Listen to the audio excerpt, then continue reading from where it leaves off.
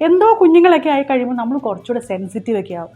നമുക്ക് പലപ്പോഴും ദേഷ്യം, മടുപ്പ്, വെറുപ്പ് ഒക്കെ തോന്നും. അതൊന്നും നമ്മൾ നമ്മുടെ കുഞ്ഞുങ്ങളെ ഇഷ്ടപ്പെടാത്തതുകൊണ്ടല്ല. അങ്ങനെ തെറ്റിദ്ധരിക്കരുത്. അങ്ങനെ പറഞ്ഞു തരുന്ന പലരും ഉണ്ടാവും. അതൊന്നും നിങ്ങൾ വിശ്വസിക്കരുത്. എനിക്കൊക്കെ ആ ഒരു സ്റ്റേജിൽ കൂടെ പോയിട്ടുള്ള ആളാണ് ഞാൻ നാട്ടിൽ മറ്റർണിറ്റി ലീവായിട്ട് നാട്ടിൽ നിൽക്കുമ്പം ഹസ്ബൻഡ് ദൂരെ തിരുവനന്തപുരത്തായിരുന്നു, ഞാൻ എൻ്റെ നാട്ടിലായിരുന്നു. ഹസ്ബൻഡ് അപ്പം അവധിക്ക് വരുമ്പോൾ ഹസ്ബൻഡ് എന്നെ കൊണ്ട് പുറത്തു പോയിരുന്നു. അയ്യോ എന്തൊരു റിഫ്രഷിംഗ് ആണെന്നറിയോ. ഞാൻ എത്ര പറഞ്ഞാലും ആ നന്ദി എനിക്ക് മാറില്ല. കുഞ്ഞിനെ വീട്ടിൽ വെച്ചിട്ട് അച്ഛൻ്റെ അമ്മയുടെയും കൂടെ നിർത്തിയിട്ട് എന്നെ മാത്രം വിളിച്ചുകൊണ്ട് പുറത്തു പോകും.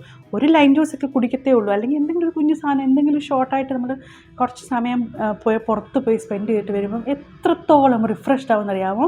ഞാനങ്ങ് ഹാപ്പി ആവും. അപ്പോഴാണ് ഞാൻ അറിയുന്നത് അതിന് മുന്നേ ഉണ്ടായിരുന്ന സമയം ഞാൻ അത്രയും ഹാപ്പി അല്ലായിരുന്നെന്ന്. അതിനർത്ഥം എനിക്ക് എൻ്റെ കുഞ്ഞിനെ ഇഷ്ടമല്ലെന്നാണോ? അല്ല, കുഞ്ഞുണ്ടായിരുന്നതിൻ്റെ ഹാപ്പിനെസ് എനിക്കുണ്ട്.